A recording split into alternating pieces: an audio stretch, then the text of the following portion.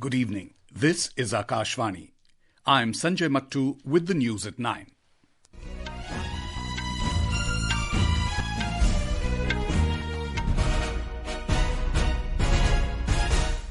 The headlines.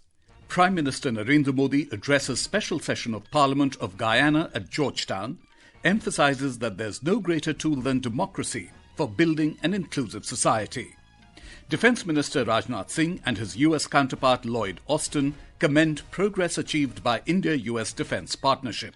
Russia fires intercontinental ballistic missile at Ukraine, says Kyiv. In Pakistan, 38 civilians killed in attack on passenger vans in Khyber Pakhtunkhwa region. And in China Masters Badminton, Indian shuttler Lakshya Sen enters men's singles quarterfinals. Chirag, Shetty and Satwiksairaj Rankireddy advance to men's doubles quarterfinals. Prime Minister Narendra Modi has emphasized that there is no greater tool than democracy for building an inclusive society. Addressing the special session of the Parliament of Guyana this evening, Mr. Modi said that the strongest mantra before the world to move forward is democracy first, humanity first. He said democracy is in our DNA, in our vision and in our conduct. आज विश्व के सामने आगे बढ़ने का सबसे मजबूत मंत्र है democracy first, humanity first. Democracy first की भावना हमें सिखाती है कि सबको साथ लेकर चलो, सबको साथ लेकर सबके विकास में सहभागी बनो। ह्यूमैनिटी फर्स्ट की भावना हमारे निर्णयों की दिशा तय करती है। जब ह्यूमैनिटी फर्स्ट को अपने निर्णयों का आधार बनाते हैं तो नतीजे भी मानवता का हित करने वाले ही होते हैं। Prime Minister Modi said that during a crisis in any country around the world, India's sincere effort is to be the first responder and reach out to help. He added that the bond between India and Guyana is special. Bharat और Guyana का नाता बहुत गहरा है। ये रिश्ता मिट्टी का है, पसीने का है, परिश्रम का है। करीब 180 साल पहले किसी भारतीय का पहली बार गयाना की धरती पर कदम पड़ा था। उसके बाद दुख में, सुख में, कोई भी परिस्थिति हो, भारत और गयाना का रिश्ता आत्मीयता से भरा रहा है। Mr. Modi mentioned that around 180 years ago, an Indian first came to Guyana, and since then, India and Guyana have always been close to each other. Mr. Modi will pay tributes at the statue of Mahatma Gandhi in Guyana today. We have a report.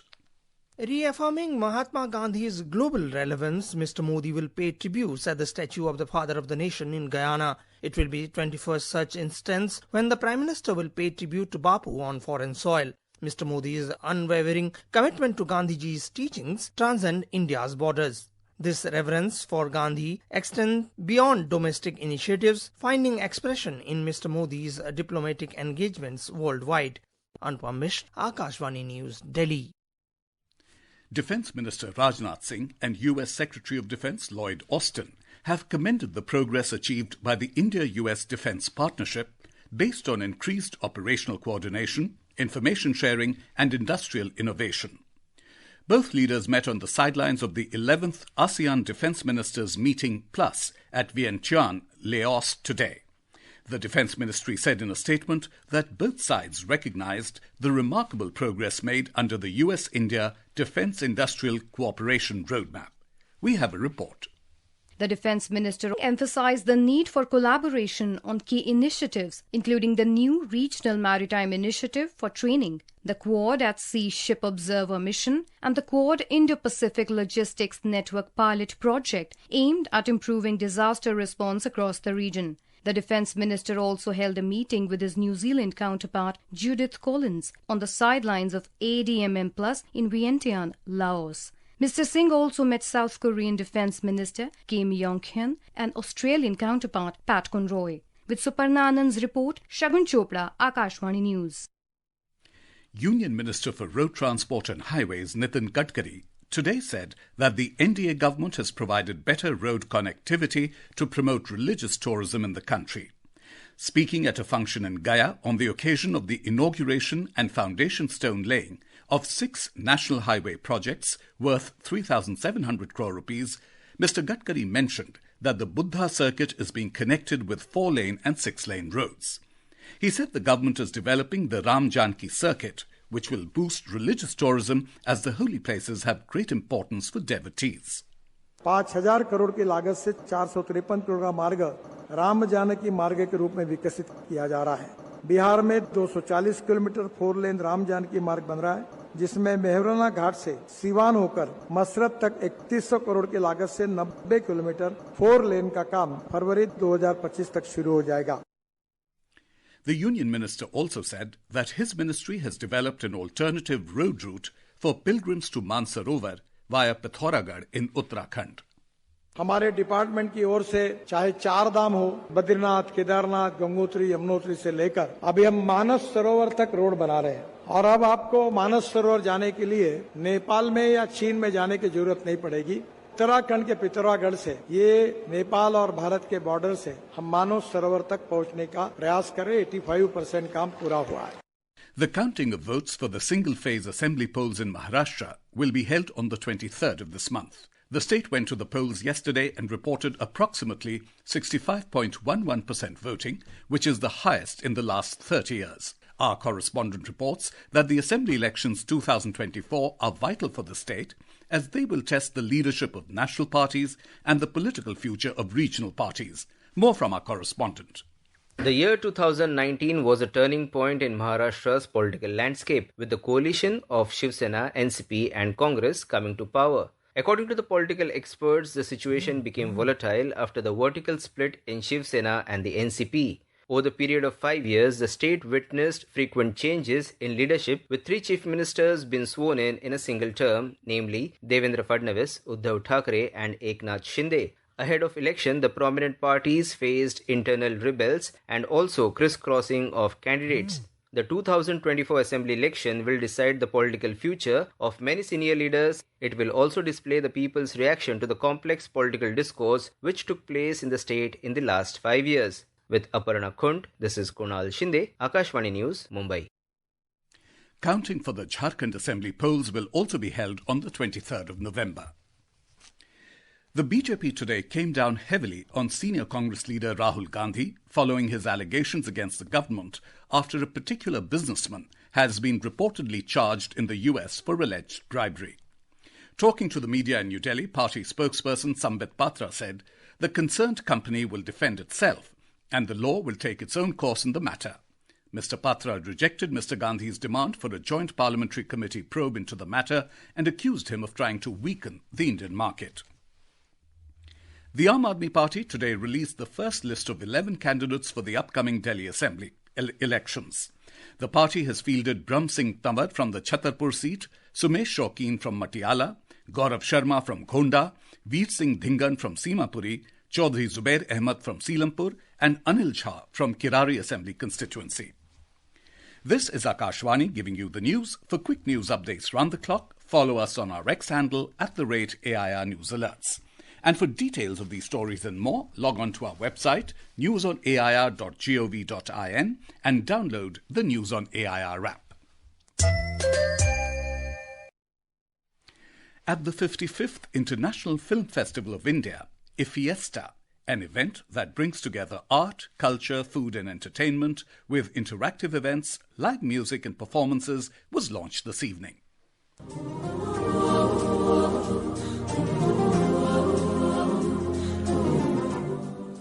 Our correspondent reports that the event will feature a curated mix of exciting activities and music to delight participants. One of the major highlights of this evening was the sand art installation by Padma Shri awardee Sudarshan Patnaik. The artwork, crafted against the picturesque backdrop of Miramar Beach, is a tribute to 4 legendary figures of Indian cinema and music: Akineni Nageshwara Rao, Tapan Sinha, Mohammad Rafi and Raj Kapoor. At masterclasses, actor Manoj Bajpayee discussed how he brings depth and realism to each role, revealing the nuances that make his characters unforgettable. Renowned lyricist shared insights on the evolution of storytelling and writing, Earlier in the day, the Indian panorama began with Randeep Huda's Swatantra Veer Savarkar and the widely acclaimed non-feature film Ghar Jaisa Kuch. Today, around 40 films were scheduled for screening and film enthusiasts turned up in large numbers to watch them. With Umvesh Upadhyay, Durgesh Padoria for Akashvani News, Goa.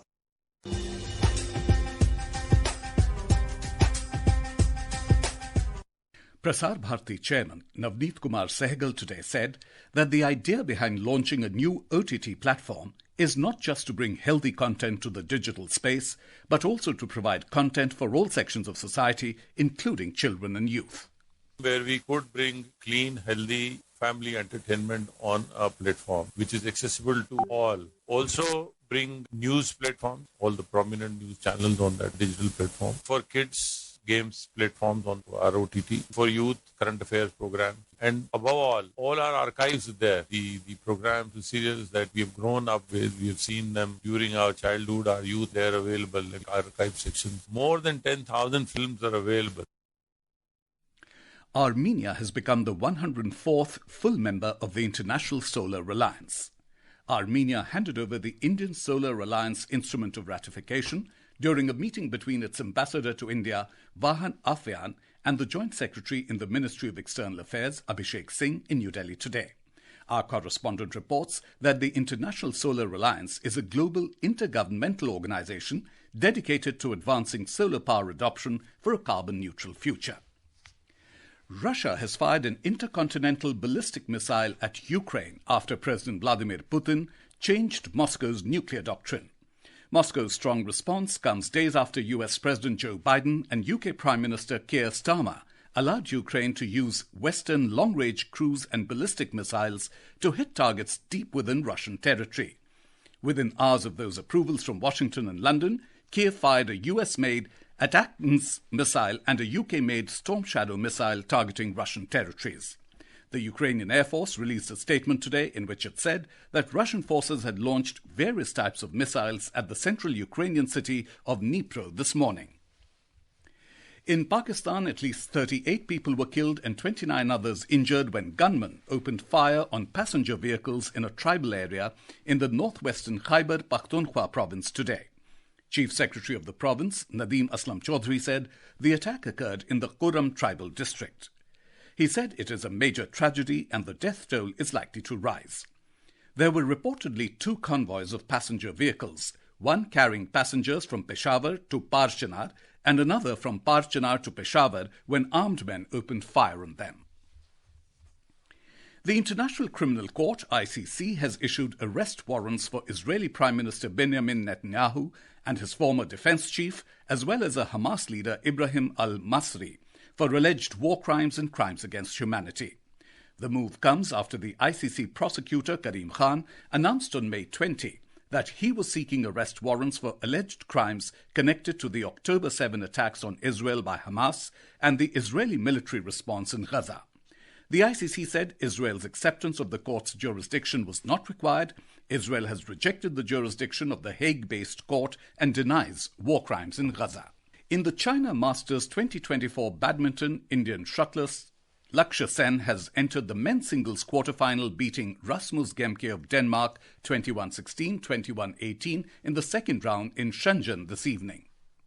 Meanwhile, in the men's doubles, the ace Indian duo of Chirag Shetty and Satwiksairaj Rankireddy also advanced to the quarterfinal, beating Rasmus Kjær and Fredrik Søgaard of Denmark 21-19, 21-15. And now, before we end the bulletin, the headlines once again. Prime Minister Narendra Modi addresses special session of Parliament of Guyana at Georgetown, emphasizes that there's no greater tool than democracy for building an inclusive society. Defense Minister Rajnath Singh and his US counterpart Lloyd Austin commend progress achieved by India-US defense partnership. Russia fires intercontinental ballistic missile at Ukraine, says Kyiv. In Pakistan, 38 civilians killed in attack on passenger vans in Khyber Pakhtunkhwa region. And in China Masters Badminton, Indian shuttler Lakshya Sen enters men's singles quarterfinals. Chirag Shetty and Satwiksairaj Rankireddy advance to men's doubles quarterfinals. And with that, we end this news at 9. Good night.